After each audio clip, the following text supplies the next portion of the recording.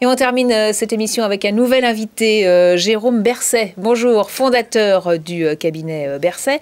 Alors, est-ce que vous pouvez nous présenter rapidement ce cabinet qui a été classé parmi les meilleurs cabinets d'avocats français dans 8 catégories, pas moins? Bonjour, merci beaucoup de votre invitation, mais très volontiers. C'est un cabinet qui existe depuis 25 ans déjà, qui a été créé sur un principe très simple, c'est que dans les grands cabinets, les PME n'étaient pas forcément très bien traités et les PME qui font de l'international avaient besoin de cabinets internationaux. Donc c'était l'idée d'origine, faire de l'international, du top qualité, en poly-expertise, parce qu'une entreprise a besoin de plusieurs services en même temps. Et là, donc, vous êtes primé dans 8 catégories par le magazine Le Point. On a eu également, en ce moment, on a pas mal de trophées, donc on est content, par d'autres organismes également. Donc effectivement, ça fait toujours très plaisir, mais c'est grâce évidemment à une équipe et une ambiance extraordinaire au bureau, donc des gens qui aiment le travail bien fait et qui sont passionnés par ce qu'ils font. C'est grâce à la confiance et la fidélité de nos clients. Voilà. Vous accompagnez les entreprises dans cette période difficile. Ce n'est pas la première crise que vous vivez, hein. Vous en avez vécu bien d'autres. Qu'est-ce qui caractérise celle-ci ? Et c'est vrai qu'en fait, en tant que cabinet d'avocats poly-expertise, nous sommes un petit laboratoire de l'économie. Donc on a vu les crises précédentes et à chaque fois, on constate, en général, mais celle-ci est très différente, que les activités de croissance sont évidemment tout de suite heurtées, mais pas les activités contracycliques.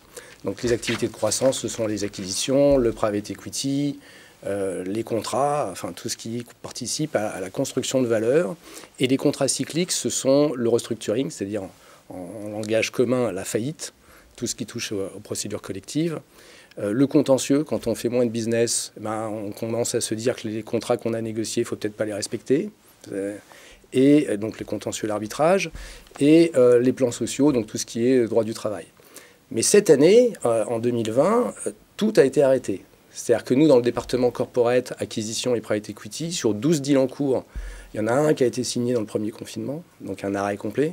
Et en même temps, pas de plans sociaux, donc pas de social, pas de faillite. Il y a eu très très peu de faillites en 2020, donc pas de procédure collective, et très peu de contentieux parce qu'il n'y avait pas d'audience physique et très peu ont eu lieu sur Zoom.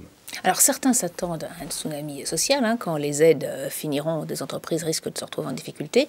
Et vous, paradoxalement, vous dites il va y avoir un rebond spectaculaire. Il va y avoir un rebond spectaculaire. Je pense qu'il y aura quand même des ajustements sur le plan social parce qu'on s'est aperçu que le digital prenait de plus en plus de place dans l'entreprise. Et donc, il y aura des réductions d'effectifs malgré tout, hein, même dans les meilleurs plans. Mais un rebond spectaculaire pour tout un tas de raisons. D'abord, on voit que dans les pays où la vaccination est très avancée, comme le Royaume-Uni, le Grande-Bretagne, ou des pays plus petits comme Israël, l'économie reprend à fond.